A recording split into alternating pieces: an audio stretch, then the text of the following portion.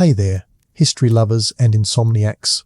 Welcome to The Drowsy Historian, the channel where sleepless nights meet the strangest corners of the past.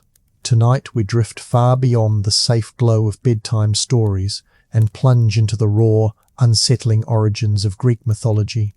Forget the marble statues and tidy textbook timelines. This is a world of cosmic betrayals, children devoured by their own parents, and powers so vast they can snuff out stars with a single thought. If you've ever wondered how a civilization famous for philosophy and democracy also worshipped gods who behaved like mob bosses with lightning bolts, you're in the right place. Dim the lights, let the ceiling fade away, and follow me back to the very beginning, where darkness wasn't just a metaphor, but the only thing that existed. Imagine a universe before time, before mountains or oceans, before even the concept of up and down. The Greeks called it chaos, not the noisy chaos of spilled wine and shouting soldiers, but a capital C emptiness, a silent infinite potential. No sky, no earth, no light, only a pregnant void waiting to burst. Out of this stillness stirred the first presences. From nothing rose Gaia, the earth, broad and steady, the eternal floor on which all later dramas would unfold. With her came Tartarus, a shadowy depth beneath creation itself, a chasm so deep even the gods would shudder to name it. Then drifted Eros, not the chubby Cupid of greeting cards, but a raw force of attraction, the spark that draws elements together. These weren't deities with temples and hymns yet. They were principles given shape, the cosmic ingredients of existence. From Gaia's fertile body sprang mountains and seas, and with them came Uranus the sky, vast and glittering, stretching over her like a jeweled cloak. Their union was as inevitable as it was fateful. Together they produced the first generation of mighty beings, the Titans, the one-eyed Cyclopes, and the hulking Hecatoncheires with 100 hands each. But Uranus looked upon his monstrous children with revulsion. Fearful of their power, he shoved the Cyclopes and 100-handed giants deep into the womb of Earth, sealing them inside Gaia's own body. Imagine the agony of a mother feeling her children crushed back into her depths, her every quake a muffled cry. Here lies the first dark lesson of Greek myth. Creation is never gentle. Every birth carries the seed of conflict. Gaia's pain turned to fury. Unable to free her imprisoned children herself, she plotted revenge. From her own stone and metal she fashioned a great sickle, its blade curved and cold. She called upon her Titan sons to rise against their father. Only one stepped forward, Cronus, the youngest and most ambitious. Armed with his mother's weapon, he waited for Uranus to descend and embrace the earth. When the sky bent low, Cronus struck, slicing his father and hurling the severed pieces into the endless night. From the blood that spilled upon Gaia's soil sprang strange offspring, giants, spirits of vengeance, and the beautiful yet deadly Aphrodite, born from sea foam churned by Uranus's remains. Even love itself, the Greeks remind us, can rise from violence. Cronus now ruled the cosmos, but prophecy shadowed his triumph. An oracle warned that one of his own children would overthrow him just as he had overthrown Uranus. Determined to prevent history from repeating, Cronus devised a chilling solution. He swallowed each newborn whole the moment they emerged. One by one, the divine infants disappeared into the cavern of his stomach.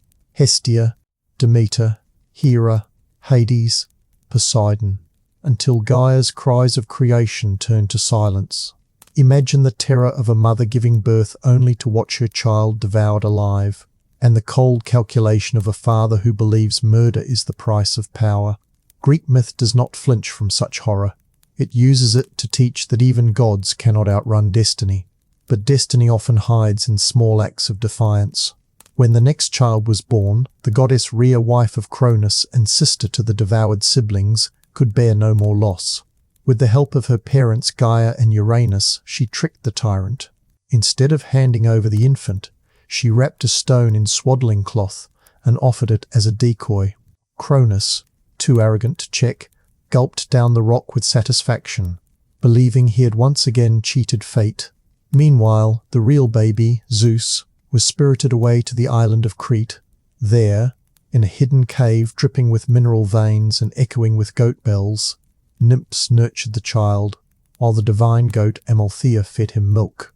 To drown out his cries, soldiers called cuiratus clashed their shields in rhythmic dance, a lullaby of clanging bronze that masked the future king's wails. While Zeus grew in secret, his siblings languished in the living prison of their father's belly, conscious yet confined, a cruel limbo between birth and death. Imagine the psychological torment. This image of swallowed children may feel grotesque, but it captures a deep human fear that power can consume innocence before it even has a chance to breathe. The Greeks did not invent tyranny, but they understood it with surgical clarity. As Zeus matured, the cave became a classroom of destiny. The nymphs taught him the names of stars and winds, the patterns of storms, the secrets of strategy. He learned not only to wield lightning but to wait, to plan, to let anger harden into resolve. When the moment came, he sought out the wise goddess Meti, who brewed a potion strong enough to force Cronus to vomit. One by one, the swallowed siblings emerged, grown, furious, and ready for war.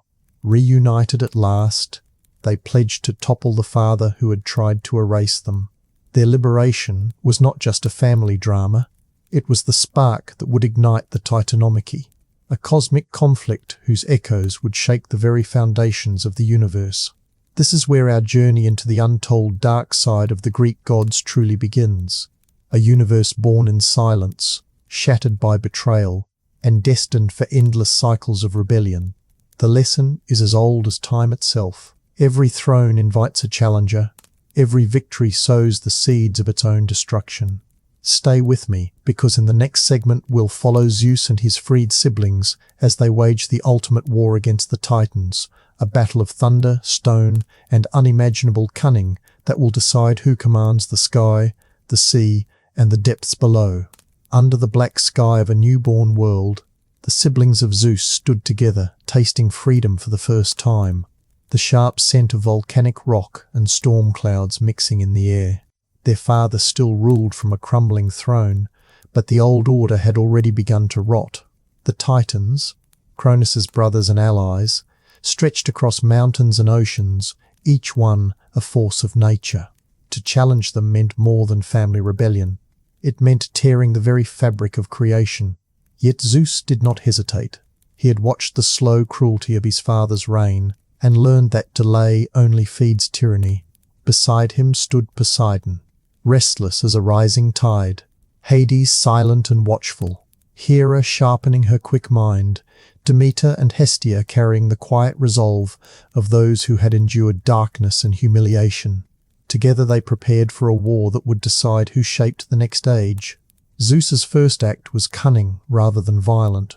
He descended into the depths of Tartarus, the lightless pit where the Cyclopes and hundred-handed ones still languished, prisoners of Uranus's ancient fear. These beings were not mere brutes, but master craftsmen and living engines of destruction. The Cyclopes forged weapons that embodied the raw forces of the universe, the thunderbolt for Zeus, the trident for Poseidon. Each gift carried not only power but symbolism. Freed at last, the Cyclopes swore allegiance to the young gods, their hammer strikes echoing through the cavernous dark, like the heartbeat of a rising revolution.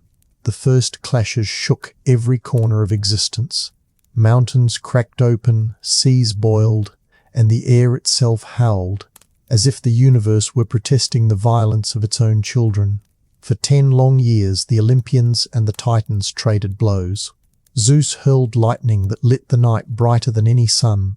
Poseidon summoned waves that swallowed entire ranges of land.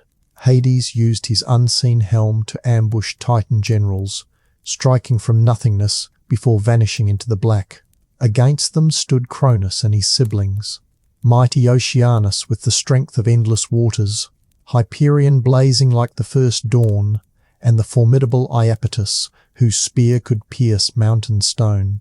Their roars became earthquakes, their strides created valleys, their weapons carved new rivers and ravines. Every victory for one side was answered by a counterstrike that reshaped the world. What made the war so terrifying was not just its scale, but its intimacy. Father fought son, brother battled brother, and the cries of wounded immortals carried the ache of family betrayal.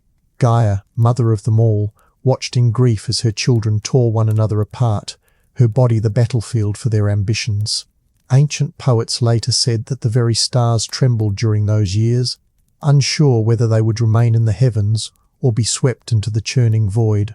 For mortals who would one day tell these stories, the Titanomachy became more than a cosmic drama. It was a warning that even divine families cannot escape the hunger for dominance and the endless cycle of overthrow. As the war dragged on, the Olympians sought an advantage beyond raw force. Zeus turned again to strategy.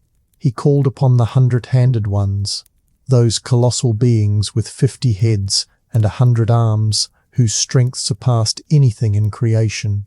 Released from their chains and promised freedom, they hurled boulders the size of fortresses and rained down storms of stone until the Titan ranks broke.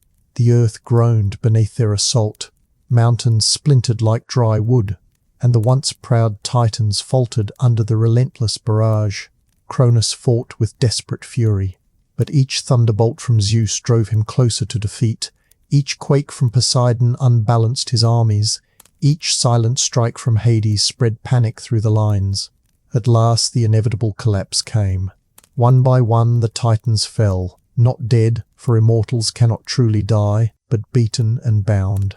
Zeus ordered them chained deep within Tartarus, secured behind gates of adamant, and guarded by the very giants their cruelty had once imprisoned. The cavernous pit became both tomb and warning, a reminder of what happens when power clings too tightly to its throne. Some Titans, like Oceanus, who had stayed neutral, were spared, proving that even in war alliances could shift and mercy could temper vengeance. But for Cronus and his fiercest allies there was no clemency. When the last echoes of battle faded, Zeus and his siblings stood atop a reshaped world. Oceans settled into basins carved by the Titans' retreat.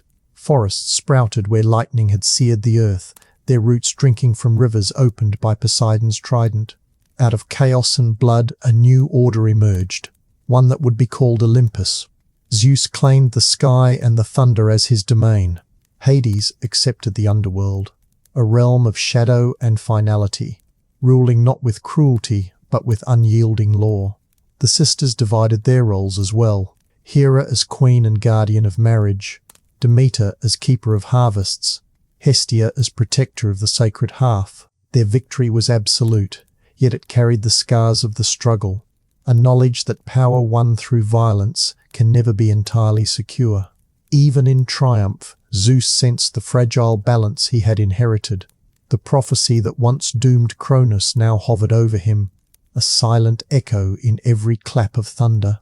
He had seen how easily a ruler can be consumed by fear of replacement, how quickly love can turn to suspicion when destiny whispers of betrayal.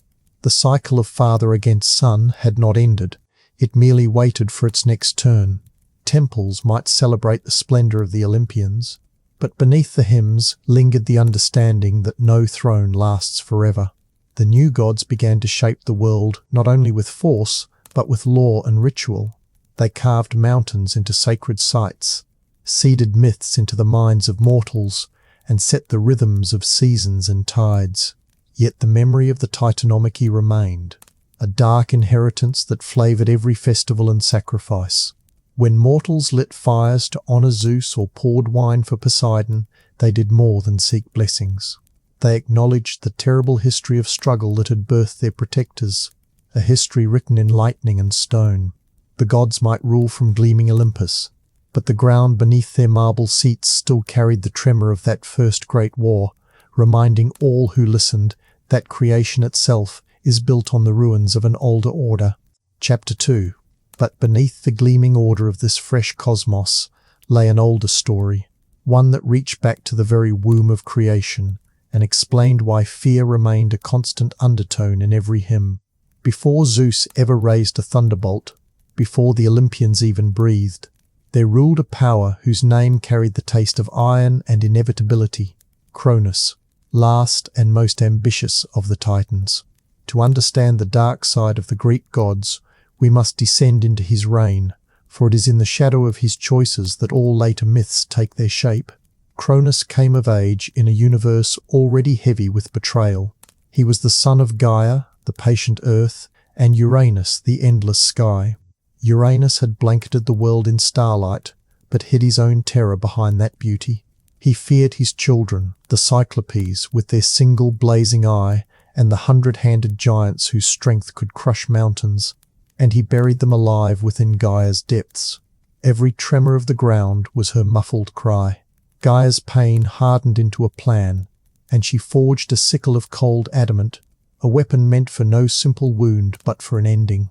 Among all her Titan sons, only Cronus had the daring to wield it. When Uranus bent low to embrace the earth, Cronus struck, cutting away the sky's power in a single brutal sweep.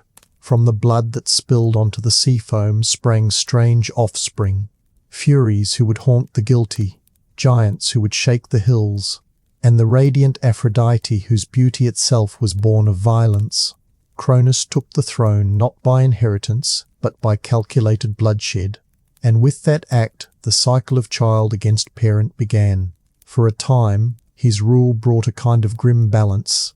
The heavens no longer crushed the earth, seasons began their slow dance, and mortals, poets of later ages would call it a golden age, but the shine hit a core of dread. Cronus had seen the price of trust. He knew that Gaia had once loved Uranus, and still helped his downfall. He also heard the prophecy whispered through the roots of the world. One of his own children would overthrow him just as he had overthrown his father. The lesson was clear.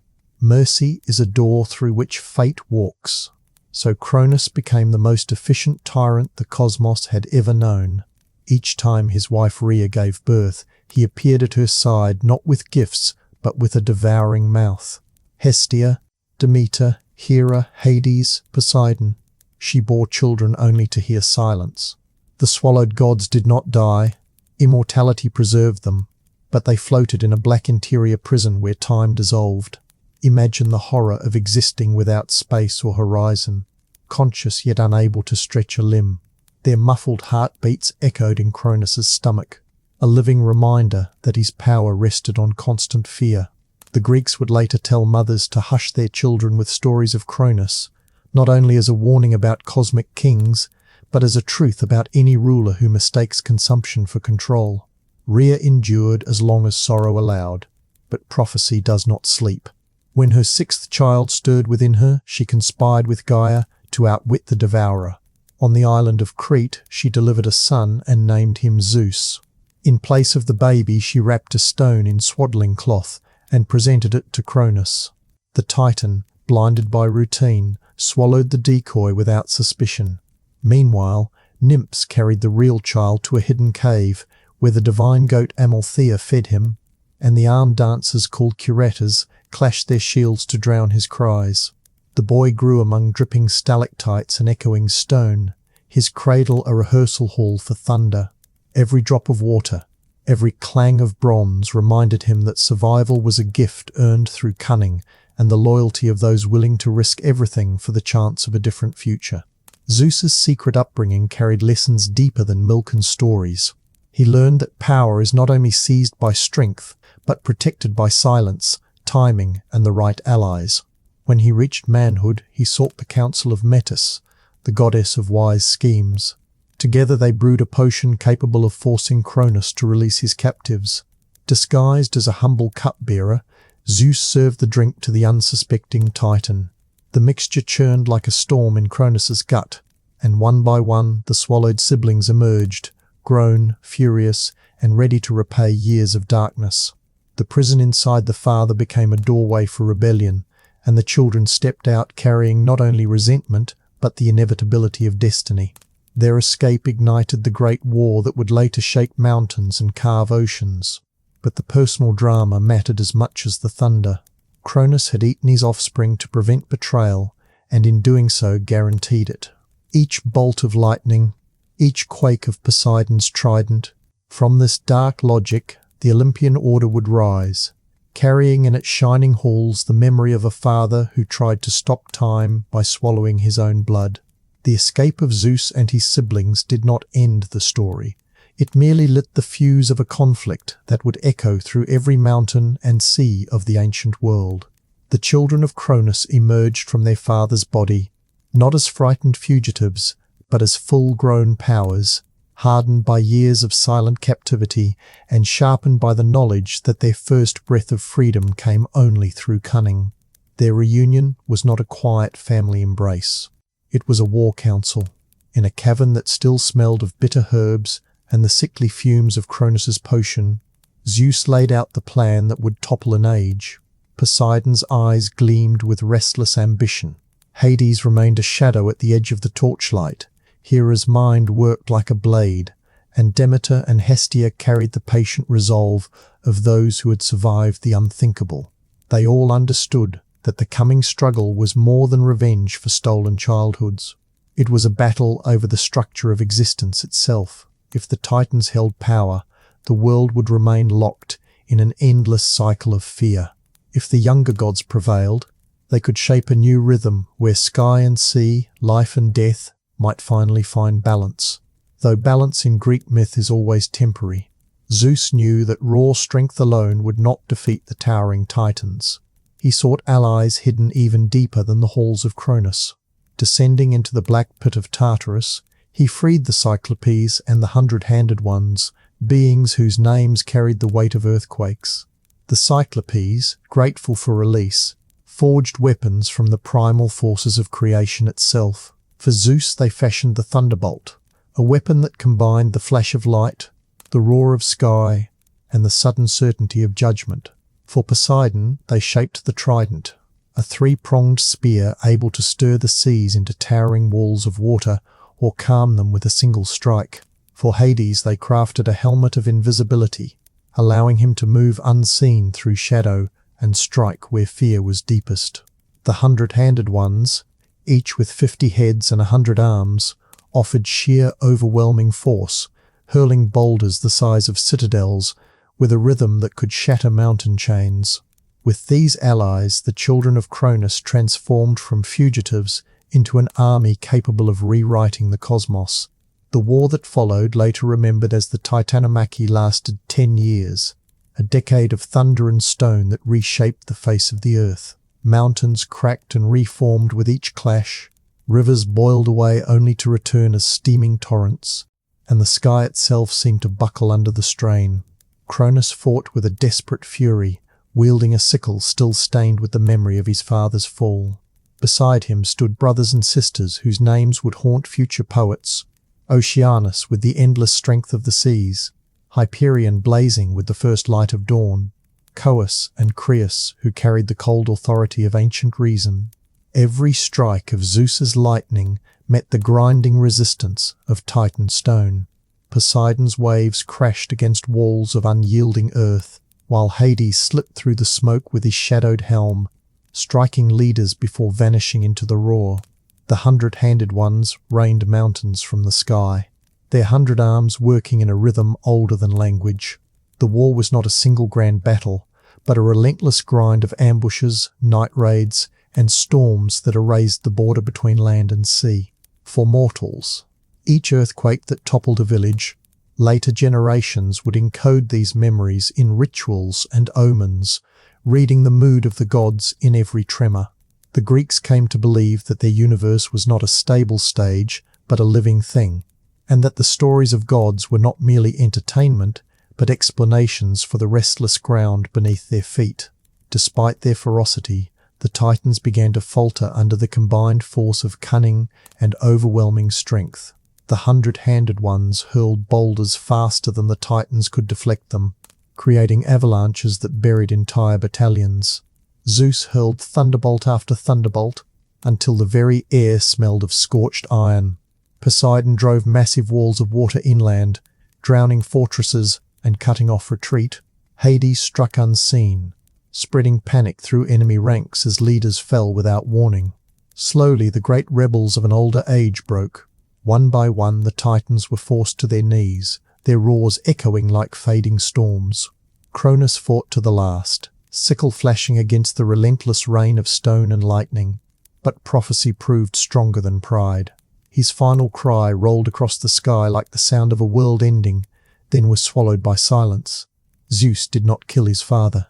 Immortals cannot die in the human sense, and perhaps Zeus had learned from the cycle of betrayal that true victory lay not in death but in containment. The defeated Titans were bound in unbreakable chains and hurled deep into Tartarus, secured behind gates of adamant and guarded by the very hundred-handed ones they had once imprisoned. The pit became both prison and warning. Some Titans who had stayed neutral, Oceanus among them, were spared, demonstrating that even in cosmic war, alliances and restraint could temper vengeance. When the last echoes of battle faded, the siblings stood atop a world forever changed. Mountains bore the scars of thunderbolts.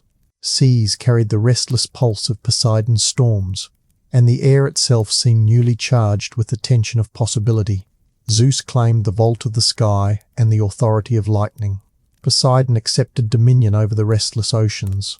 Hades, quiet and unyielding, chose the underworld, a realm of shadows where he would rule not through cruelty, but through the certainty of law. Hera, Demeter, and Hestia shaped the domestic spheres of marriage, harvest, and hearth, ensuring that the raw power of their brothers would be balanced by the sustaining order of everyday life. Together they built the first council of Olympus, not a monarchy of one, but a family compact held together by oaths, rivalries, and the memory of shared rebellion. Yet the lesson of Cronus lingered like a low hum beneath the triumph. Every god who celebrated that victory also knew that prophecy does not die with a single generation. Zeus had overthrown his father. One day a child might rise to challenge him. The sickle of Uranus had passed to Cronus, and the thunderbolt to Zeus, but the pattern remained. Festivals and sacrifices would honor the shining new rulers. But in the secret places of the human mind, the darker wisdom endured. Every reign, no matter how dazzling, carries within it the seed of its own undoing. Chapter 3. The thunder of victory still echoed across the mountains when Zeus ascended to his throne, but triumph carries a weight that celebration cannot hide. The Titans lay chained in Tartarus, their roars muffled by stone and the relentless vigilance of the hundred-handed ones. Yet prophecy does not sleep beneath iron gates. Zeus understood that the same fate which had toppled Uranus and then Cronus might one day turn against him. Power in the Greek world is never a crown to be worn in peace. It is a living storm that demands constant attention. From the first day of his reign, Zeus began to shape a system that looked like justice to mortals and like strategy to the gods. Laws were announced, oaths were sanctified, and punishments were devised with a precision that revealed both wisdom and suspicion.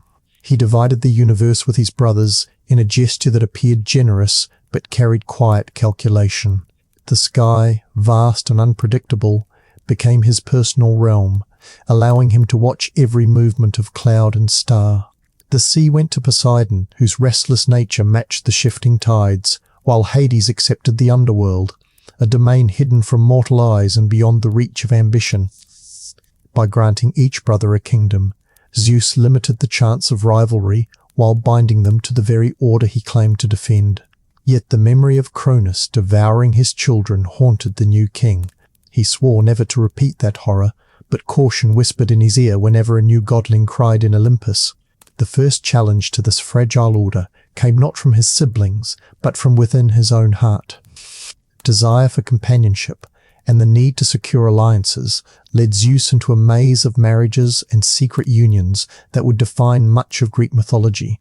He took Hera, his sister, as queen to stabilize the divine household, yet his wandering affections created a tapestry of affairs that produced heroes, demigods, and endless quarrels. Each transformation, swan, bull, golden rain, was more than a disguise for pleasure. It was a political act, spreading his bloodline across the mortal world and weaving new strands of loyalty and potential threat. Every child of Zeus carried the spark of both legacy and danger. To love was to risk the very prophecy he feared, but to abstain would leave Olympus vulnerable to rival claims. Hera's fury became both a personal torment and a political force.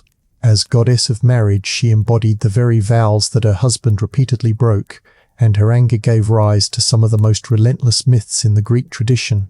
She pursued Zeus's lovers with storms, curses, and monstrous creations, each punishment a reminder that the private lives of gods shape the fate of mortals. Her vendettas against figures like Io, Semele, and Heracles were not random acts of jealousy. They were the public expression of a cosmic dispute over loyalty, legitimacy, and the boundaries of power. Through Hera, the Greeks explored the truth that institutions can endure only when those who uphold them are willing to wound as well as protect. Meanwhile, Zeus strengthened his rule through alliances with the older powers of the earth and sea. He consulted Themis, goddess of divine law, to codify the rituals that would bind mortals to Olympus. Sacrifices, festivals, and the strict observance of oaths became not merely acts of devotion, but tools of governance. A broken promise was more than a personal failing. It was an offense against the architecture of the universe, inviting thunder or famine as punishment. By placing cosmic weight behind everyday morality, Zeus ensured that his authority reached from the heights of Olympus to the smallest village hearth. Mortals might never see the king of gods, but they felt his presence in every harvest, every storm, and every uneasy silence after a careless word. The new order appeared stable, yet unrest smouldered beneath its marble surface. Gaia, still grieving for the children who had been chained in Tartarus, nurtured a fresh seed of resistance. From the deep places of the earth she summoned the giants, beings of towering strength and primal rage, each step tearing at the soil as if to loosen the very roots of Olympus. Their rebellion, the Gigantomachy, would test not only the raw might of the Olympians, but their ability to enlist mortal courage. Prophecy declared that the gods could not win without the aid of a human hero, and so the lines between divine and mortal began to blur. Heracles, born of Zeus's contested love and Hera's enduring wrath, would one day take his place in this struggle, proving that the affairs of gods create the very champions who secure their reign. Even as Zeus prepared for conflicts yet unseen, his private fears sharpened into personal choices that shaped the next generation of myths. To prevent the rise of a child stronger than himself, he took Metis, the goddess of wisdom, into his confidence, and then, in a paradox of intimacy and control, swallowed her whole. From this strange union came Athena, born fully armed from her father's skull, a child who embodied both the strategy he coveted and the independence he feared. Her birth was a victory over prophecy, but also a reminder that attempts to contain destiny often create new forms of it. The gleam of her spear and the calm calculation of her gaze announced that wisdom itself had entered the world not through gentle birth, but through an act of anxious domination. Thus the reign of Zeus unfolded as a paradox of brilliance and dread. He brought order to the cosmos, established laws that shaped human civilization, and fathered heroes whose names still ring across the centuries. Yet every lightning strike carried a hint of the sickle that once cut the sky. Every festival echoed the wars that birthed the gods, and every child born of divine passion carried the possibility of another rebellion. The Greeks told these stories not simply to entertain, but to explain the world they inhabited, a world where justice and jealousy, love and violence, creation and destruction were never separate forces but different faces of the same relentless truth, that power, no matter how radiant, is never safe from the next turning of fate's wheel. Athena's arrival did not silence Olympus. It sharpened the conversations that already flickered like heat behind every feast and council. The new goddess carried a calm authority that made even seasoned immortals weigh their words. Born from the mind of Zeus, she stood as proof that wisdom could spring from violence and that strategy, once embodied, could walk among the halls like a living question. Her presence strengthened the throne, but also reminded every witness that cleverness cannot be caged. Zeus looked upon his armored daughter with a mixture of pride and unease, knowing that the very qualities that made her indispensable, foresight, independence, and an unshakable sense of justice, were the same traits that once toppled Uranus and Cronus. He had outmaneuvered prophecy for now, but the rhythm of rebellion still pulsed in the marrow of the world. While Athena settled into her role as counselor and city builder, the daily life of the gods unfolded with a blend of grandeur and messy intimacy that fascinated mortals and terrified them in equal measure.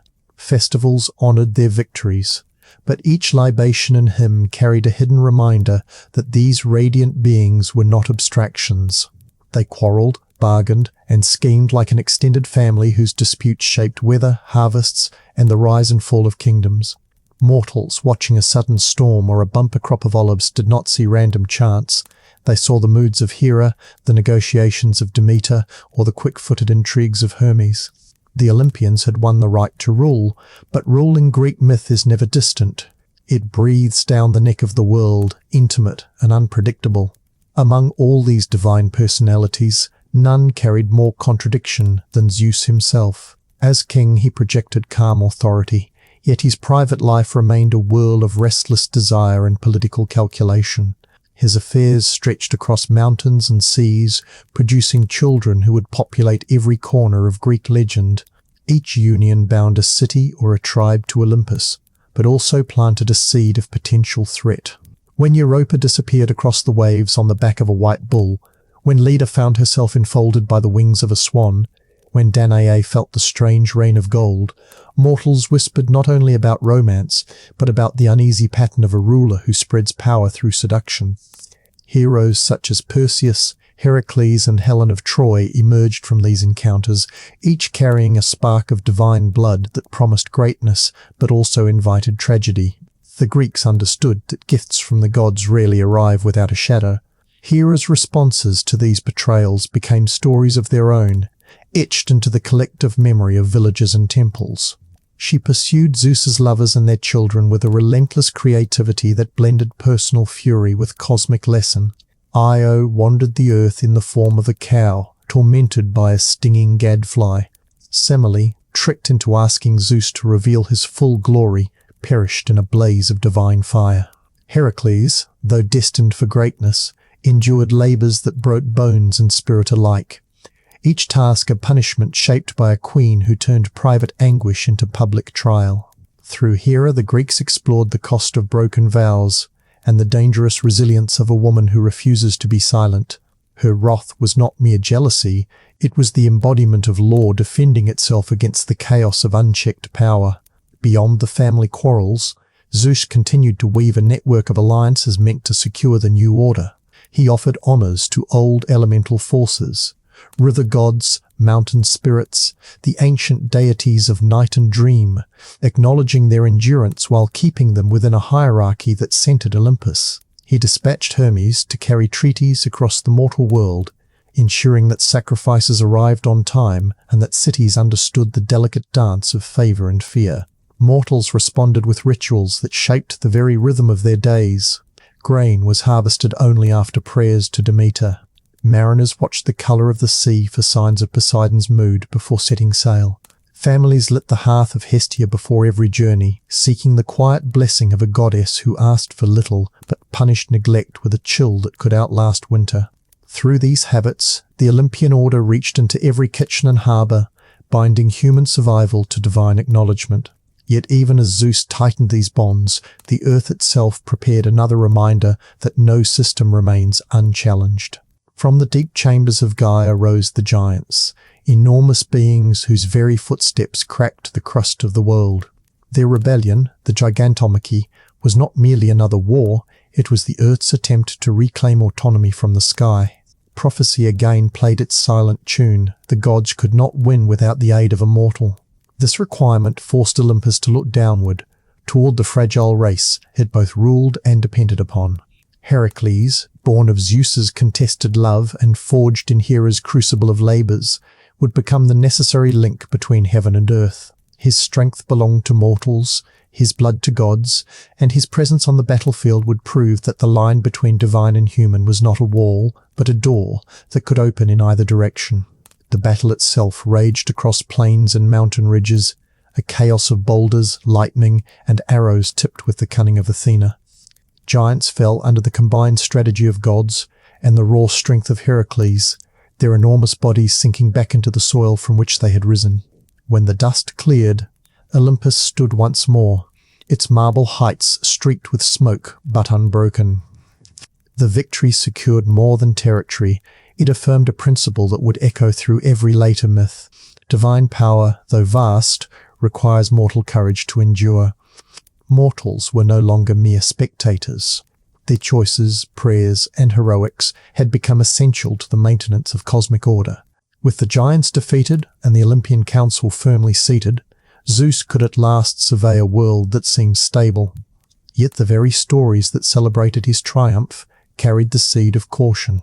Every generation of gods had believed its reign permanent. Uranus thought the sky unassailable until Cronus raised the sickle. Cronus believed swallowing his children would freeze destiny until Zeus forced him to disgorge them. Now Zeus held the thunderbolt, but prophecy still whispered through the rustling of olive leaves and the sudden crack of distant storms. The people who offered sacrifices at his altars understood the lesson embedded in their own rituals. Power may glow like polished marble, but beneath it lies the same dark soil from which rebellion grows. In every clap of thunder they heard not only the voice of a king, but the echo of a cycle that even the mightiest god cannot silence forever. Chapter 6. The legends of Perseus, Theseus, and Heracles spread from harbour to harbour until every island in the Aegean carried echoes of their deeds, but heroic exploits could not quiet the deeper tremor beneath Olympus. Each new story of triumph reminded mortals and immortals alike that the line between god and man was dangerously thin. Heroes might begin as pawns in divine games, yet their successes hinted that mortals could rise beyond the limits set for them. To Zeus, this creeping possibility felt like the earliest rust on a well-polished throne. He had seen 2 ages of rulers fall.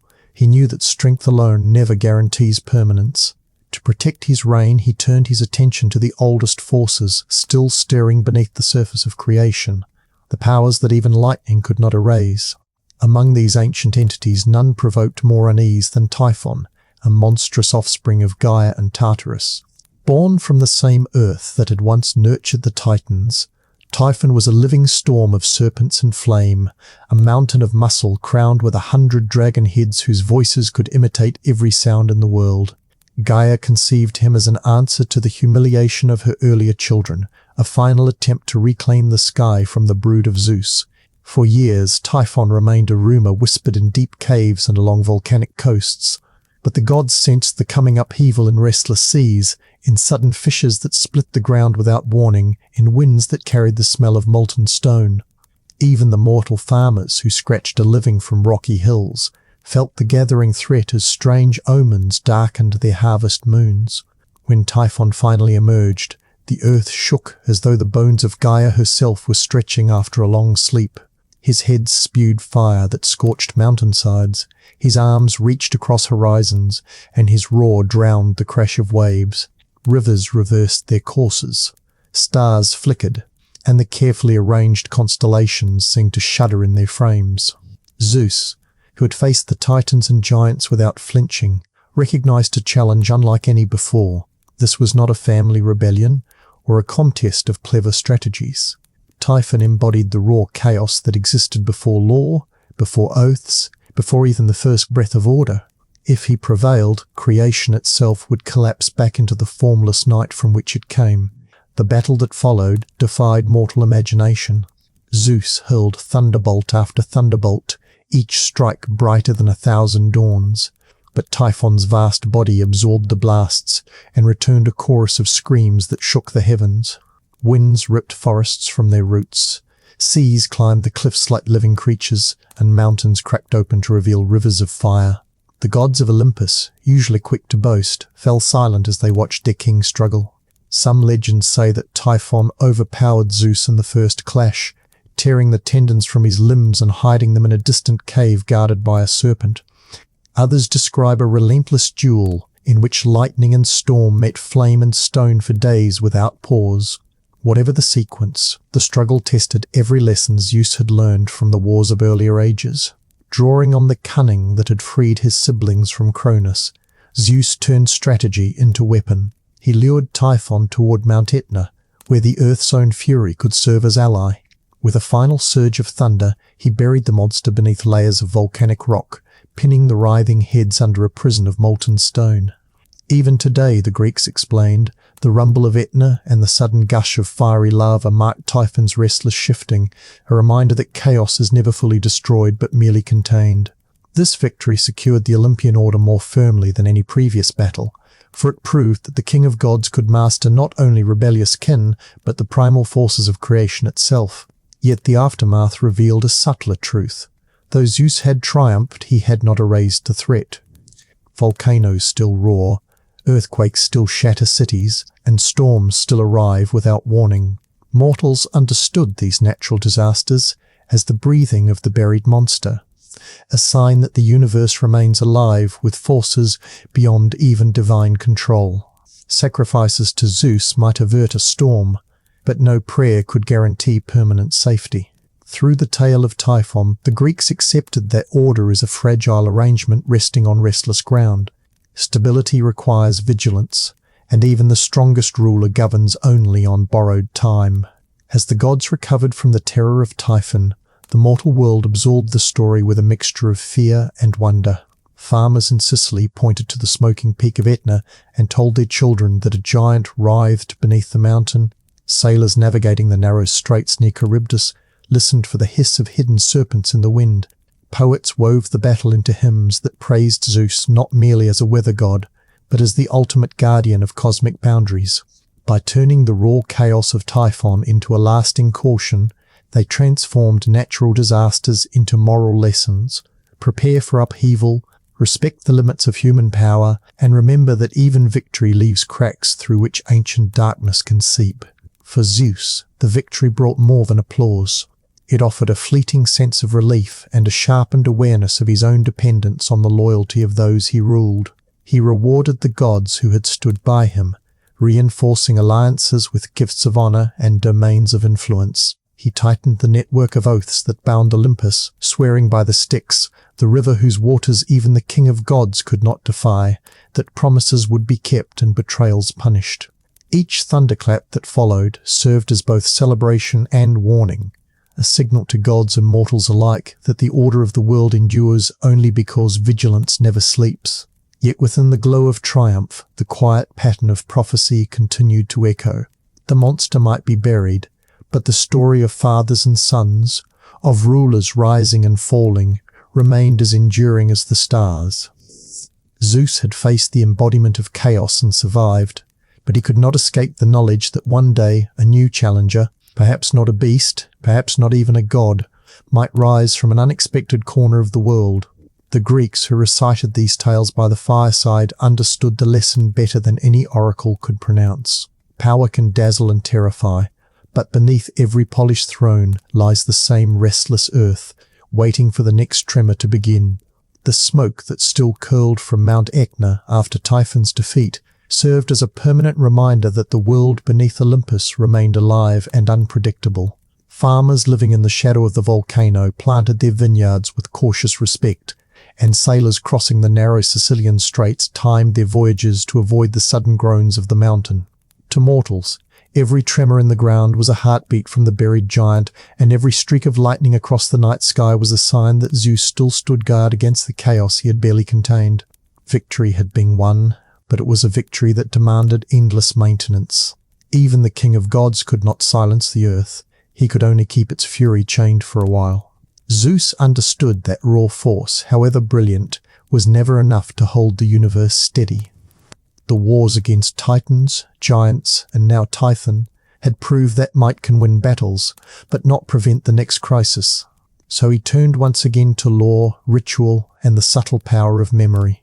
Oaths sworn by the river Styx became binding even for immortals, and festivals across Greece repeated the stories of cosmic struggle until every villager, shepherd, and merchant knew the price of disorder. By telling and retelling the battles, the Greeks transformed natural disasters into moral instruction. Earthquakes warned against arrogance, volcanic smoke reminded families to honor the gods, and sudden storms became messages that promises must be kept. Order was not a permanent gift. It was a living agreement renewed with every sacrifice and every careful word. In the calmer years that followed, Olympus settled into a rhythm that felt almost domestic, but the personal dramas of the gods continued to ripple outward. Poseidon, restless ruler of the seas, carried his own ambitions and tempests into the mortal world. He courted queens and nymphs with the same intensity that he hurled storms against defiant sailors. The city of Athens felt his challenge most keenly. When the people sought a divine patron, Poseidon struck the Acropolis with his trident, producing a saltwater spring that surged with the sound of the sea. Athena responded by planting the first olive tree, a symbol of lasting peace and steady prosperity. The citizens chose her gift, favoring cultivation over the thrill of the wave, and the city took her name. Poseidon accepted the decision with the dignity of a god, but never forgot the slight. Every shipwreck in the Aegean carried a whisper of his wounded pride, and every fisherman who prayed for calm waters felt the sharp truth that a rejected god remains a dangerous neighbor. Athena's victory in that contest deepened her role as a guardian of cities and the quiet arts of planning. Unlike the raw spectacle of Zeus's thunder or Poseidon's storms, her power worked through foresight, lawmaking, and the patient shaping of civic life. She taught mortals to measure grain, to build walls that balanced strength with elegance, and to argue their disputes in open assembly rather than on bloodied fields. Under her influence, Athens grew into a place where thought itself became a weapon sharper than any spear.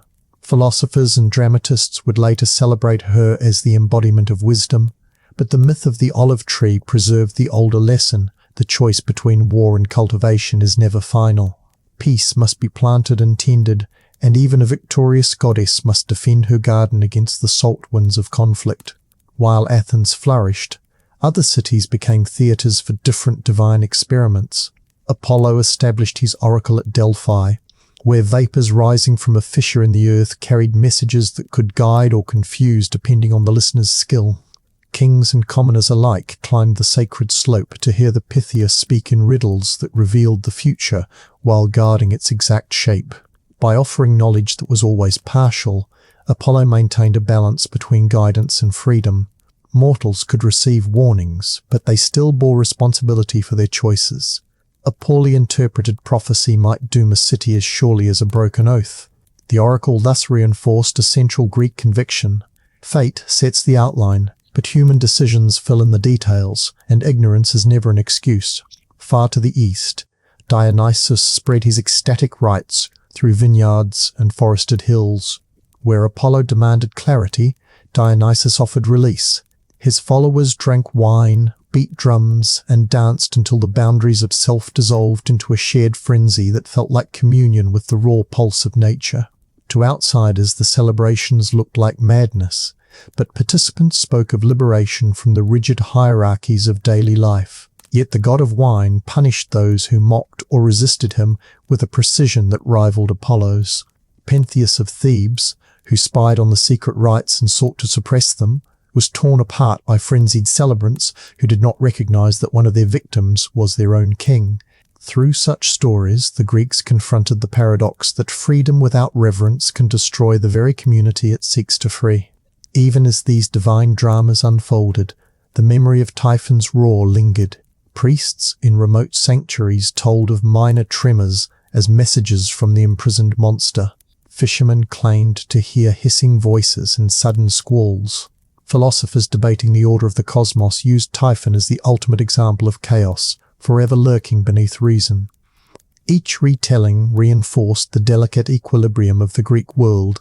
The gods maintain structure, but they themselves are bound by deeper forces they can never fully master.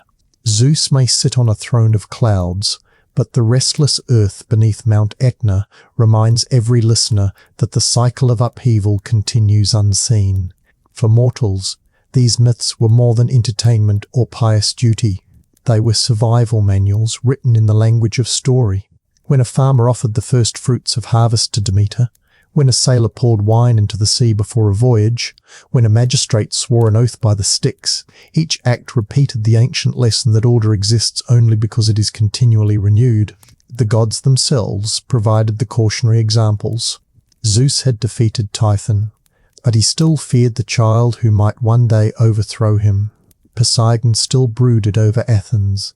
Hera still plotted her subtle revenges. Their immortal lives dramatized the truth that even the highest powers live under the shadow of change. Thus the world of the Greeks remained a place where every festival, every sacrifice, and every carefully told myth carried double meaning. On the surface they celebrated harvests, marriages, and safe voyages.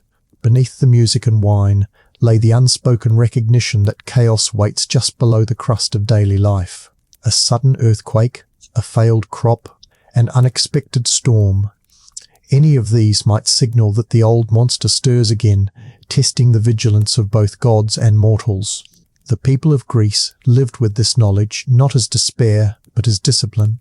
To honor the gods was to participate in the ongoing defense of order, to keep the earth's hidden fires from breaking free, and to remind themselves that the line between security and ruin is as thin and shifting as the smoke that rises from Mount Etna on a quiet morning. Chapter 8.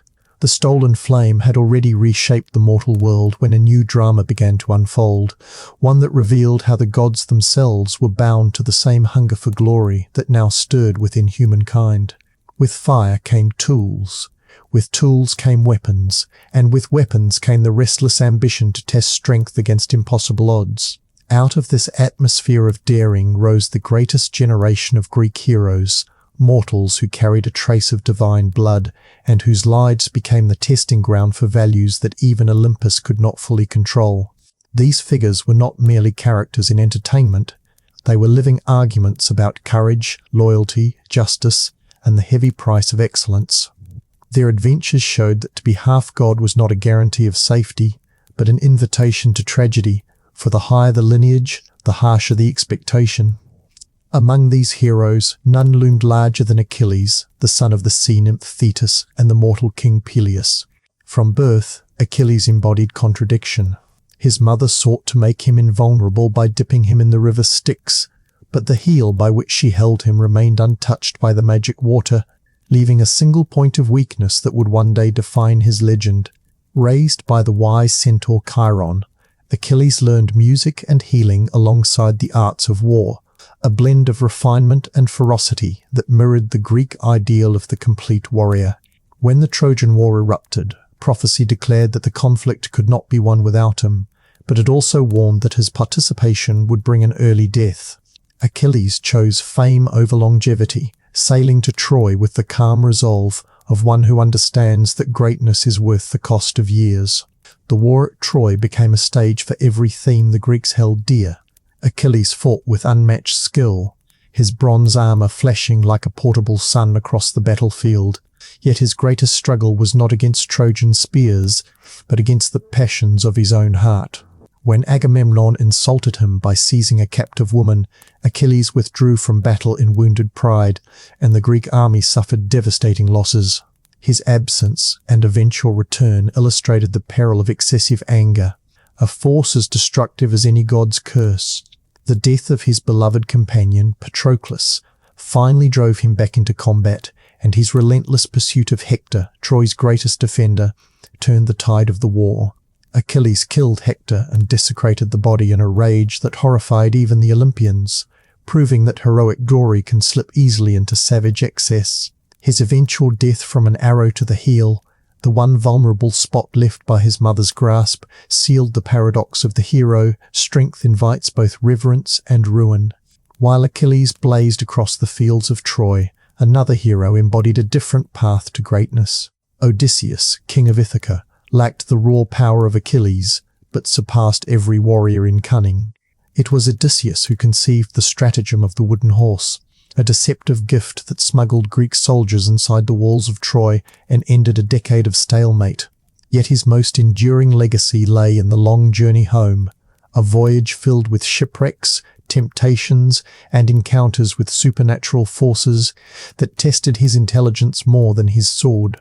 From the Lotus Eaters who threatened to erase memory, to the Cyclops Polyphemus whose single eye he blinded with a sharpened stake, Odysseus faced trials that demanded quick thinking and moral flexibility. His story taught Greeks that survival often depends on adaptability, and that the sharp mind can triumph where brute force fails. Not all heroes pursued war. Jason led the Argonauts in a quest for the Golden Fleece, a symbol of authority and divine favor. Their voyage across unknown seas brought them face to face with harpies, clashing rocks, and treacherous kings. But Jason's greatest challenge came from within his own crew. Medea, a sorceress and princess, fell in love with him and used her magic to secure victory, only to be betrayed when Jason sought another bride. Medea's vengeance, infanticide, and the destruction of Jason's future forced audiences to confront the destructive potential of passion and the fragile line between heroism and moral catastrophe. Throughout these tales, the gods played a double game. Athena guided Odysseus with quiet counsel, Hera supported the Greeks at Troy to avenge the insult of Paris's judgment, and Aphrodite protected the Trojans for the same reason. Their interventions revealed a universe where divine favour could elevate or doom a hero in an instant. Yet the ultimate decisions, Achilles returning to battle, Odysseus resisting the sirens, Jason betraying Medea, belonged to the mortals themselves. The Greeks drew from these stories the conviction that destiny sets the stage, but character writes the script. A hero might be born of a god, but only choices carved into the present could secure lasting fame. The rise of these heroes also transformed the relationship between mortals and the divine.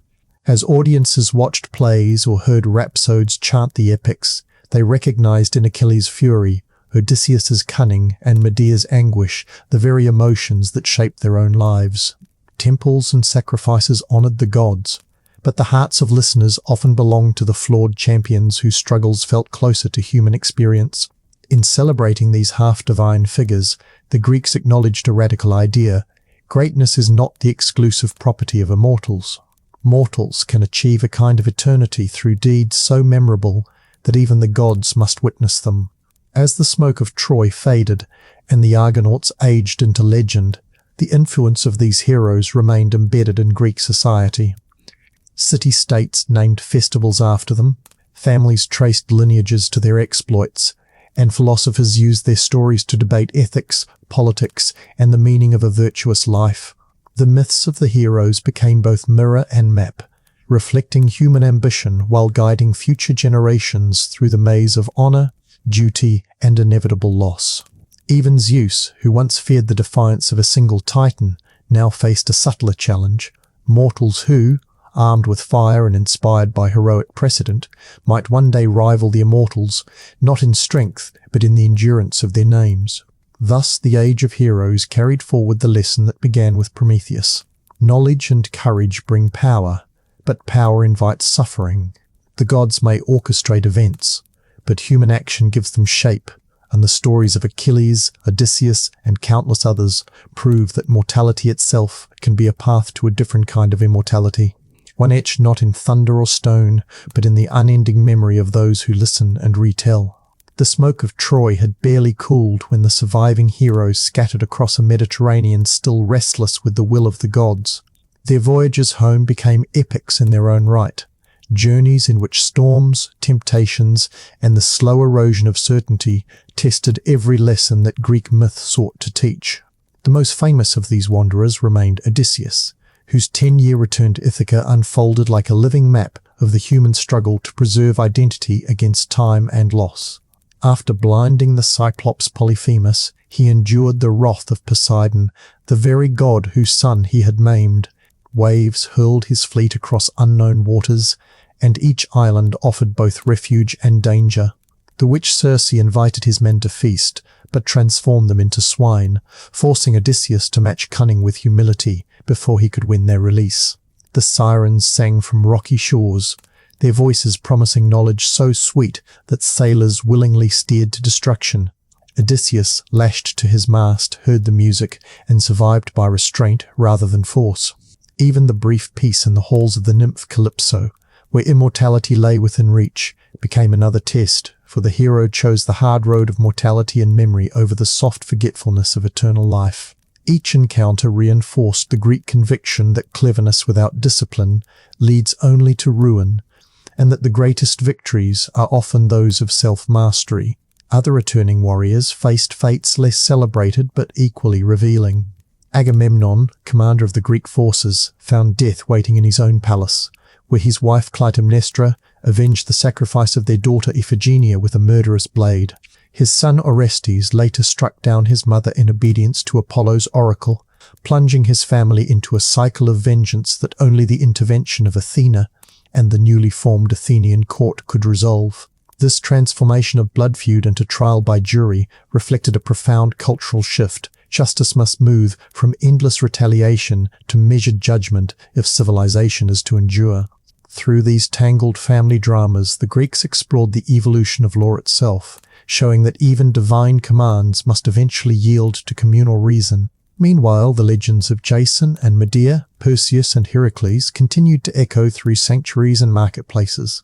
Medea's flight from Corinth after exacting her terrible revenge reminded audiences that passion, once betrayed, can become a force more destructive than any sword.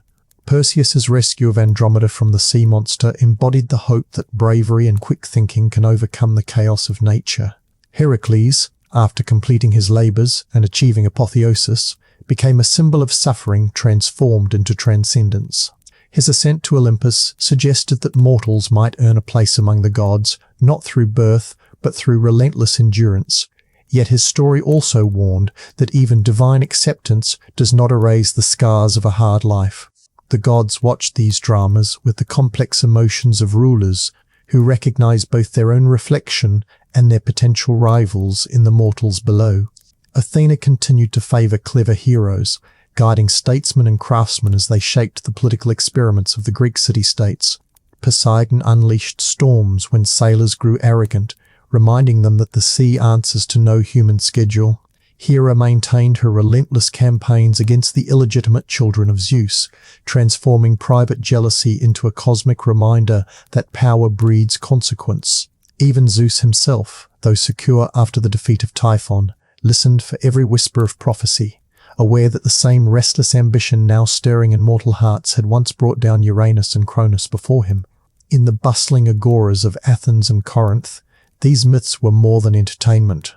Rhapsodes chanted verses of the Iliad and the Odyssey, while traders bargained for olives and grain, merging commerce with culture. Philosophers used the choices of Achilles, the patience of Penelope, and the cleverness of Odysseus to debate the meaning of virtue and the limits of fate.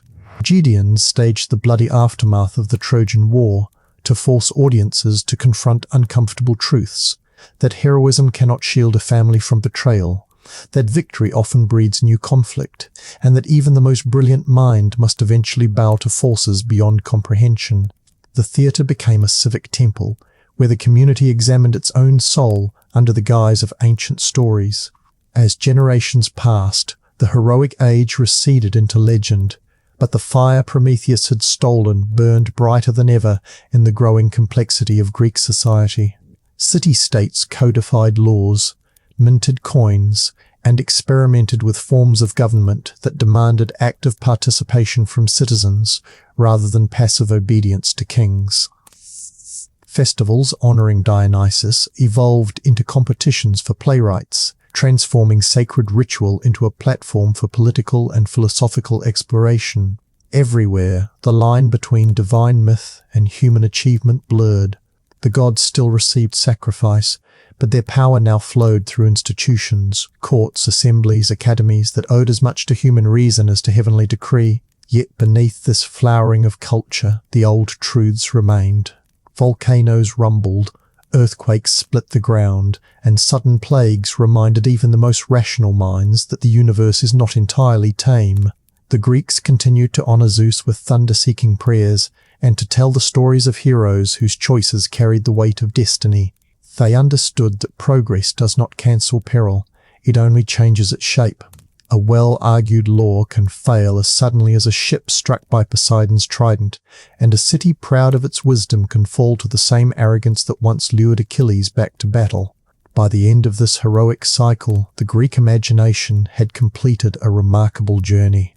It began with chaos and the birth of gods, passed through cosmic wars and divine intrigues, and finally arrived at a world where mortal courage, cunning, and suffering became the primary engines of meaning. The Olympians still ruled, but their thrones now shared space with human institutions, and their myths served as mirrors for human aspirations. Listeners sitting beneath the night sky, fires flickering against the stone walls of their city, knew that the stories of Achilles, Odysseus, and Orestes were not only about the distant past.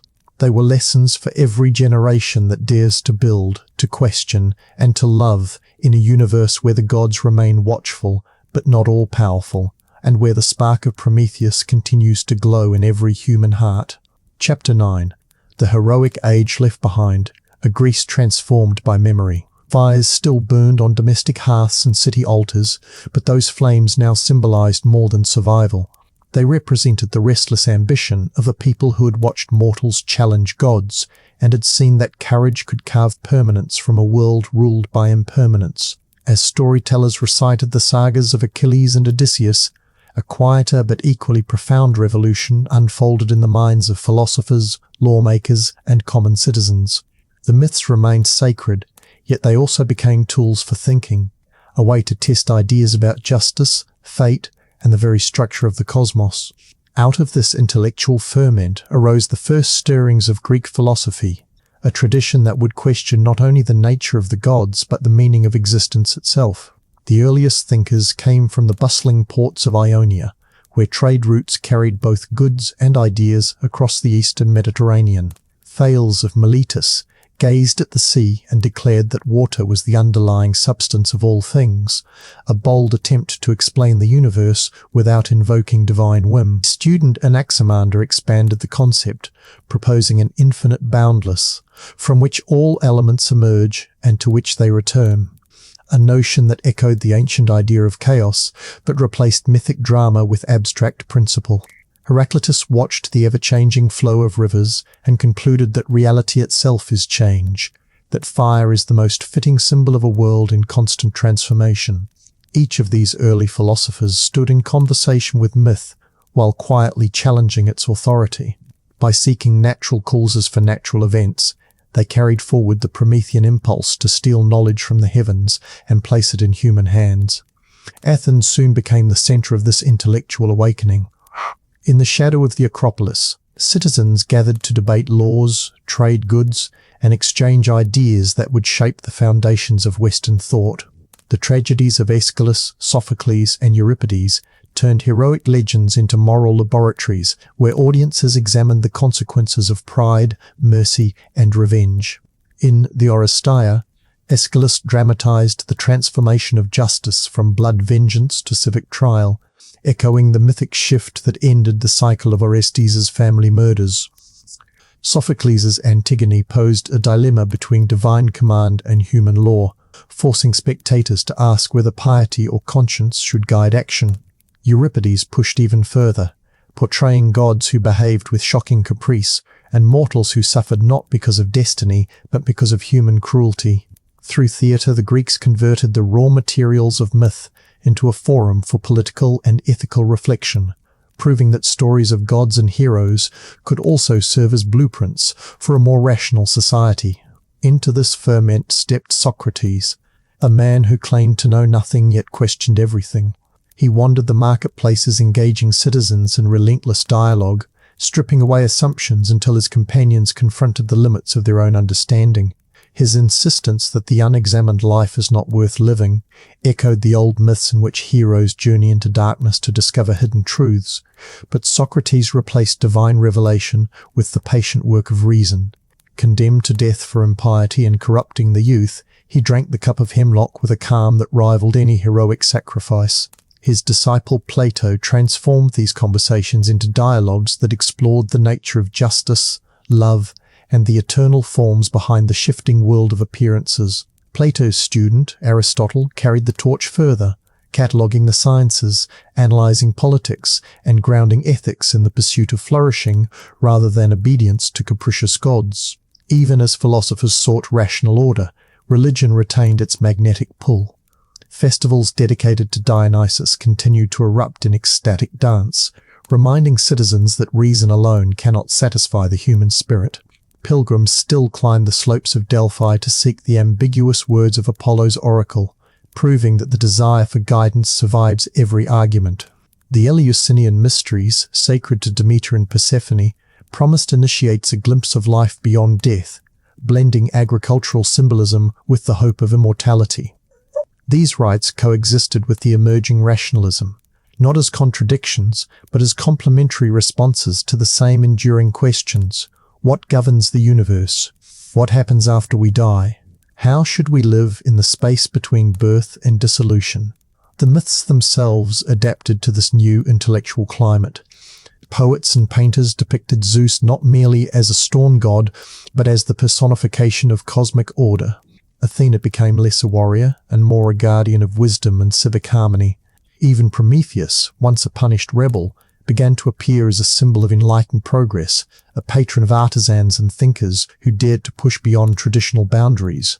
In this way, the old stories survived not by resisting change, but by absorbing it, offering each generation fresh meanings while preserving the echoes of their ancient origins. Yet the Greeks never abandoned the darker lessons of their myths.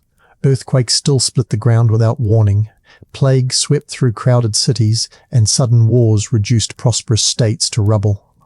These events kept alive the understanding that human reason, however brilliant, remains vulnerable to forces it cannot fully predict or control. A philosopher might describe an earthquake as the shifting of subterranean vapors, but the people who felt the ground buckle still poured libations to Poseidon. Rational explanation and ritual appeasement existed side by side, two languages for the same persistent truth. The universe is vast, unpredictable, and indifferent to human plans. As the classical age matured, the interplay of myth and reason produced a culture both confident and cautious. Citizens of Athens debated democratic reforms in the morning and attended tragic plays in the evening, absorbing lessons of moderation and humility from both forum and theatre. They honoured the gods with festivals while questioning their motives in philosophical schools. They celebrated the bravery of heroes, but recognized that even the greatest warrior could fall to an arrow or a well-aimed question. Through this delicate balance, the Greeks forged a worldview in which knowledge is sacred but never complete, where progress must walk hand in hand with reverence, and where every spark of understanding carries the shadow of mystery. By the close of this period, the Greek imagination had achieved a remarkable synthesis. From the first chaotic stirrings of Gaia and Uranus, to the cunning theft of fire and the rise of human reason, the myths had guided their listeners through a cosmic education. They taught that creation emerges from conflict, that power invites challenge, and that wisdom demands courage. They showed mortals how to honor the gods without surrendering their own agency, and they offered philosophers the raw material for systems of thought that would outlive the temples themselves. As the night sky glittered above the marble colonnades of Athens, citizens could look upward and see not only the constellations of heroes, but the outlines of a universe in which human curiosity, once kindled by a single stolen ember, would continue to burn long after the last sacrifice cooled to ash. The philosophical flowering of Greece did not erase the old fears, it refined them. Citizens who spent their mornings in the gymnasia debating Aristotle's logic or Plato's theory of forms still turned their eyes to the sky when thunder rolled across the hills of Attica. They knew that the human mind could chart stars and measure eclipses, yet the sudden violence of a storm or an unexpected plague reminded them that knowledge was never a shield against the deeper rhythms of existence. In this tension between understanding and awe, the Greek character found its most enduring expression, a willingness to question everything while accepting that some mysteries remain beyond calculation. Athens itself became the grand theatre of this balance. By day, the agora buzzed with merchants selling grain and philosophers arguing over the definition of justice. By night, torches lit the stone steps of the Acropolis, where citizens carried offerings to Athena, the goddess who embodied both reason and strategic war. Festivals like the Panathenaea united farmers, sailors, and scholars in processions that wound through the city like living rivers of devotion.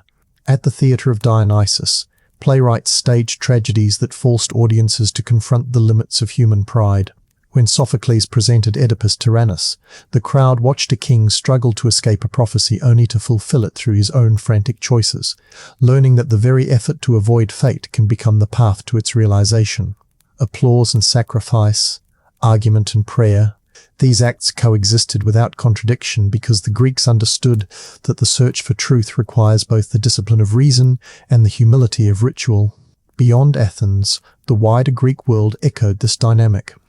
In Sparta, discipline and military training forged a society that honored Ares and Artemis with austere rites, proving that piety could take the form of silent obedience as well as eloquent debate.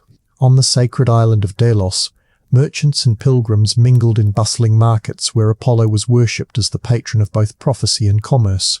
In the remote mountains of Epirus, the oracle of Dodona spoke through the rustling of oak leaves, a natural whisper that linked the oldest tree worship to the newest philosophical speculations. Everywhere the same pattern emerged. The gods were honored not because they demanded blind belief, but because their stories carried the accumulated wisdom of generations, encoding lessons about power, desire, and the fragile balance of human life. The poets of the Hellenistic age, Callimachus, Apollonius of Rhodes, Theocritus, continued to draw on these myths even as they experimented with new forms of expression. Apollonius revisited the voyage of Jason and the Argonauts, filling the old adventure with psychological depth and bittersweet reflection. Theocritus wrote pastoral idylls that celebrated simple pleasures while acknowledging the ever-present shadow of loss. Their works revealed a culture aware that its heroic age had passed but unwilling to relinquish the meanings it provided. The myths no longer dictated civic law or military strategy, but they remained a shared language through which Greeks explored love, ambition, and mortality. Meanwhile, philosophy advanced with almost heroic daring. The Stoics, following Zeno of Citium, taught that the universe is governed by a rational order, and that virtue lies in aligning the soul with this cosmic reason. Epicureans sought tranquility through the careful pursuit of pleasure, arguing that fear of the gods and of death is the true source of human misery. Skeptics questioned whether certain knowledge is possible at all, while mathematicians like Euclid and Archimedes uncovered truths that seemed to approach the eternal. Each school offered a different response to the same questions that had haunted Greek thought since the age of Prometheus. What is the nature of reality? How should one live in a world where fortune and disaster arrive without warning? Even as abstract reasoning reached new heights, the rituals of the old religion retained a quiet power. Initiates and the Eleusinian mysteries continued to walk the torchlit paths that symbolized Persephone's descent and return, seeking comfort in the promise of life after death. Sailors still poured wine into the sea before long voyages, acknowledging Poseidon's unpredictable temper. Farmers celebrated the Thesmophoria in honor of Demeter, hoping to secure a fertile harvest. These acts were not mere superstition, but expressions of a profound understanding that reason may describe the world but cannot guarantee its favor. To neglect the gods was to invite misfortune, not because they demanded obedience for its own sake, but because their myths embodied the unpredictable forces that shape every human life. Greek culture thus achieved a rare synthesis. It embraced the questioning spirit that would inspire future civilizations while preserving the reverence that gives meaning to uncertainty. The same society that produced Euclid's geometry also celebrated Dionysian festivals where logic dissolved in music and dance. The same citizens who attended Aristotle's lectures still consulted oracles before embarking on voyages or wars. Far from seeing these practices as contradictory, the Greeks recognized them as complementary, two halves of a single truth, that the universe is both intelligible and mysterious, and that a wise life requires honoring both aspects. As the classical era gave way to the rise of Macedon and the sweeping conquests of Alexander the Great, this delicate balance began to spread beyond the Aegean. Greek language and thought traveled with the armies, seeding the cities of Asia Minor, Egypt, and beyond with theatres, libraries, and temples. The myths of Zeus and Athena mingled with local deities, creating new hybrids of belief. Philosophical texts crossed deserts and mountains, engaging minds from the Nile to the Indus. Yet even as Greek culture became a cosmopolitan force, the core lessons of its mythology remained unchanged. Power is transient. Knowledge is precious but incomplete. Human dignity lies in the courage to question, to celebrate, and to endure. Citizens of these far-flung Hellenistic cities could stand beneath foreign stars and still feel connected to the same truths that once echoed through the agora of Athens or the oracle at Delphi. They knew that Prometheus's fire burned in every forge, and that the restless ambition of Achilles and the clever patience of Odysseus lived on in every act of exploration. They carried forward the understanding that myths are not relics of a primitive past, but living frameworks for grappling with the eternal paradox of existence, that we are small yet capable of greatness, mortal yet drawn to the infinite, bound by fate yet free to seek meaning in the flicker of a single flame. Chapter 10. Alexander's armies carried Greek speech and custom across deserts, rivers, and mountain chains, and with each new city, the old myths acquired fresh settings and unexpected audiences. Alexandria rose on the edge of the Nile with libraries that sought to capture every text the known world could produce, while Greek theatres appeared in Bactria beneath the high Asian sky. Merchants along the Silk Road recited the adventures of Heracles beside tales of Persian kings, and philosophers debated the nature of the cosmos in port cities where Egyptian priests and Indian sages gathered beneath the same colonnades. The Olympian gods now shared temples with foreign deities, their statues standing shoulder to shoulder with Isis, Serapis, and strange Eastern spirits. Rather than diminishing the power of Greek stories, this mingling expanded their reach, proving that a myth born beside the Aegean could speak to hearts half a world away. In this vast Hellenistic landscape, the role of myth shifted once again. The old heroic age had celebrated physical strength and daring. The classical philosophers had turned inquiry inward. Now the challenge lay in reconciling diverse traditions under the shadow of empire. Scholars in the great library of Alexandria collected versions of every legend, comparing Homeric epics with local chronicles and sacred texts from far-off lands. They argued over the origins of Zeus, the etymology of Athena's name, and the hidden mathematics of Pythagorean harmony. By preserving and analyzing the myths, they transformed them from living rituals into subjects of critical study, but the reverence remained. To catalogue a god was still to honor the mystery of existence, and each scroll copied by patient hands carried forward the conviction that knowledge and wonder belong together. Ordinary people continued to approach the gods in more personal ways. Sailors prayed to Poseidon before crossing treacherous seas dotted with new trading ports. Farmers in Egypt offered sacrifices to Demeter alongside rites for local fertility deities, blending traditions without hesitation. In Anatolia, shrines to Artemis absorbed attributes of mother goddesses older than recorded history, while in distant Afghanistan Greek settlers built small temples where Zeus shared space with local mountain spirits. These hybrid devotions revealed a practical wisdom. The names of the gods may change, but the needs of the human heart, safety, love, prosperity, meaning, remain constant. By welcoming foreign powers into their pantheon, the Greeks demonstrated an adaptability that allowed their culture to survive even as political control shifted from Macedonian generals to Roman governors. Philosophical schools of this era reflected the same search for stability amid uncertainty. Stoicism, taught by Zeno and later refined by Chrysippus, urged individuals to cultivate inner discipline, to live according to nature, and to accept the unfolding of fate with serene courage. Epicureanism, far from mere indulgence, advised the careful pursuit of modest pleasures and the avoidance of unnecessary pain, offering tranquility in a world where the gods might exist but cared little for human affairs. Skepticism questioned whether certain knowledge was possible at all, encouraging a calm suspension of judgment. These teachings did not reject the old myths. Rather, they mined them for ethical insights, using the stories of Prometheus, Achilles, and Orestes as illustrations of the universal struggle to live well in an unpredictable universe. Roman power eventually absorbed the Greek world, but even as legions marched and new laws replaced old constitutions, the myths endured. Roman poets such as Ovid and Virgil retold the Greek stories with fresh elegance, ensuring that the thunder of Zeus, now called Jupiter, would echo in Latin verse and later in the languages of medieval Europe. Temples to Apollo rose on the banks of the Tiber, and Roman generals traced their lineage to Trojan heroes, claiming descent from the very figures whose sagas had once filled Athenian theatres. Through Roman conquest, the myths of Greece entered the bloodstream of Western civilization, carrying with them the lessons of courage, cunning, and the fragile balance between order and chaos. Back in the heart of the old homeland, small villages kept alive the intimate practices that had begun in the Bronze Age.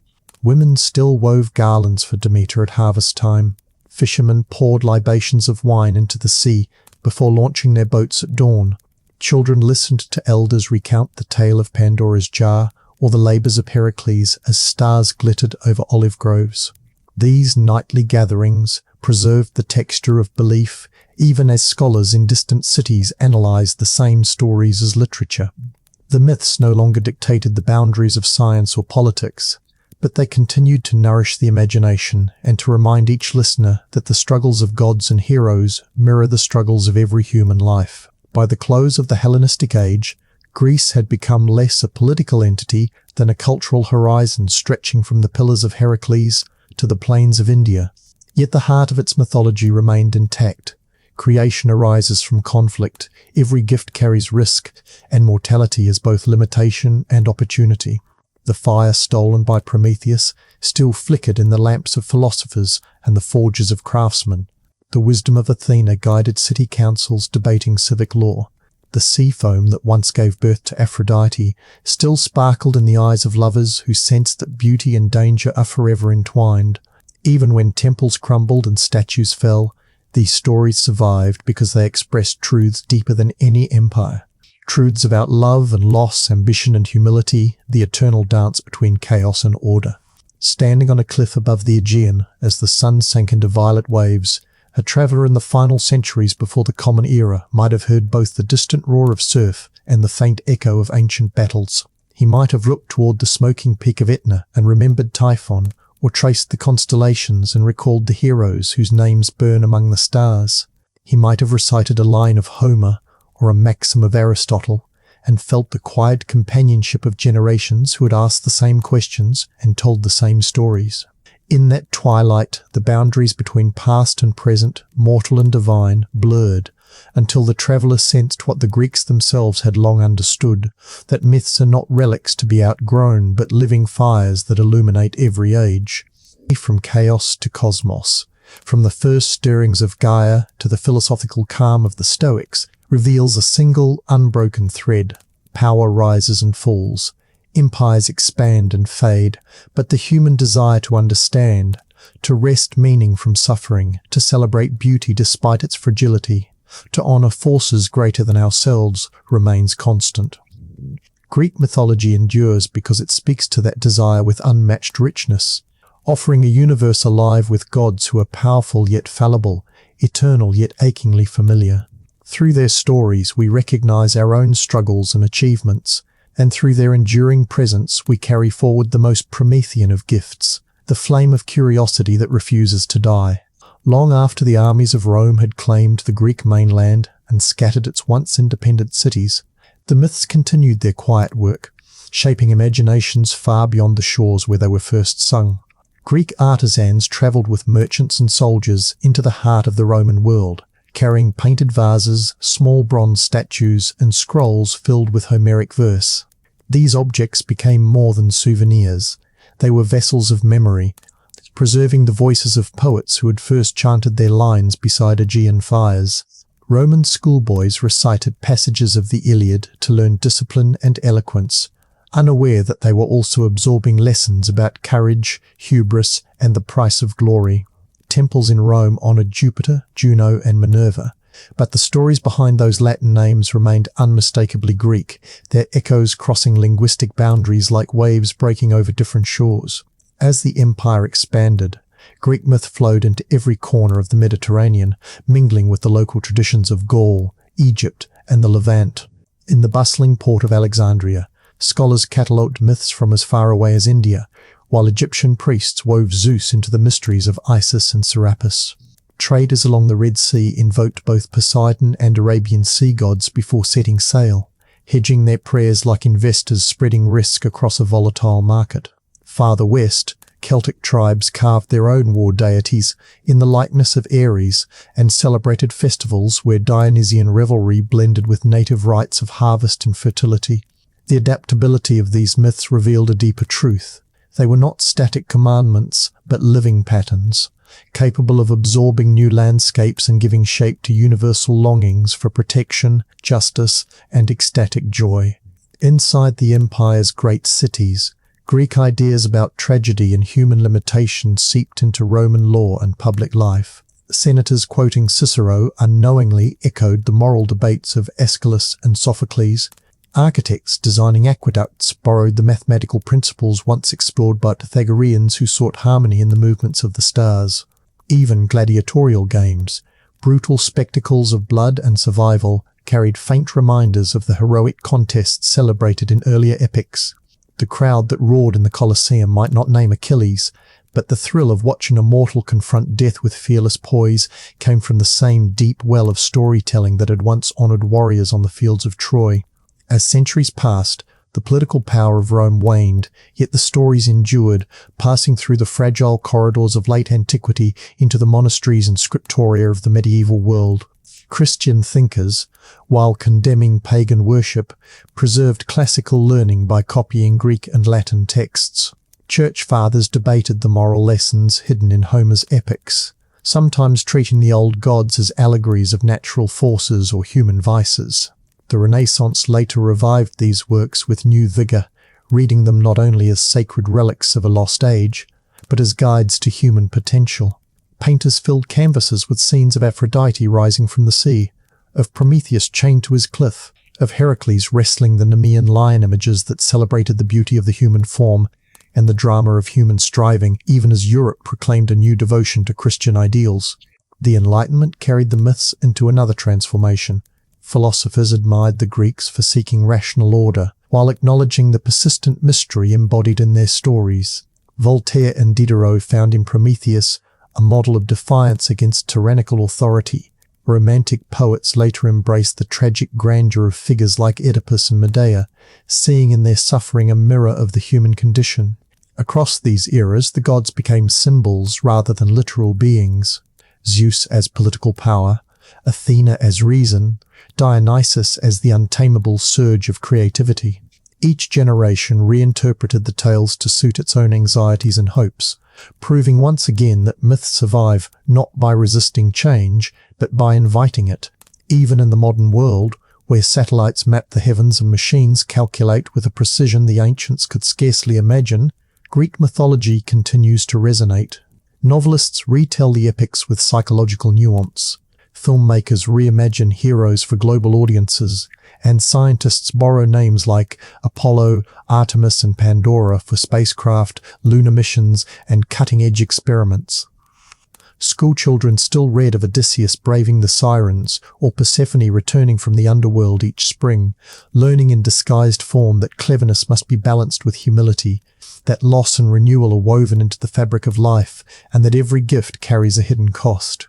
The myths no longer dictate the calendar of harvests or the rituals of sacrifice, but they remain embedded in the language of politics, art, and science, quietly shaping the questions we ask about freedom, justice, and the limits of human ambition.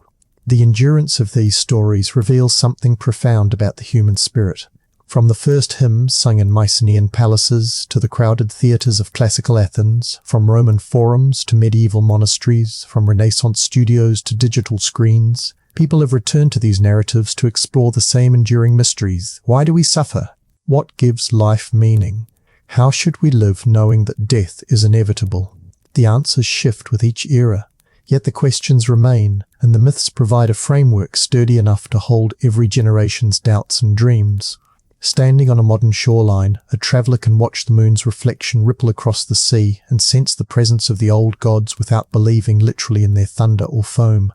The names may have become metaphors, but the feelings they express, wonder, fear, desire, the ache for justice, remain as immediate as they were to the first storytellers who gathered around a fire. Greek mythology endures not because we still fear Zeus's lightning or pray to Athena for victory, but because the tales continue to illuminate the paradox of being human, fragile yet resilient, mortal yet aspiring to the eternal. In every spark of curiosity, every work of art, every act of courage, the flame of Prometheus burns on, carrying forward the greatest lesson the Greeks ever offered, that knowledge and imagination, once awakened, can never again be chained. Thanks for staying with me through this long journey into the myths that shaped our world. If you enjoyed wandering through these stories of gods, heroes, and restless human curiosity, give this video a like. It really helps others find their way here too. Subscribe to The Drowsy Historian so you can drift into the next chapter of history with us, whether it's another night among the Olympians or a deep dive into some forgotten corner of the past. Share this episode with a friend who loves late-night storytelling, and let me know in the comments which myth surprised you the most. Until next time, keep the fire of curiosity burning, get some rest, and I'll see you in the next dream of history.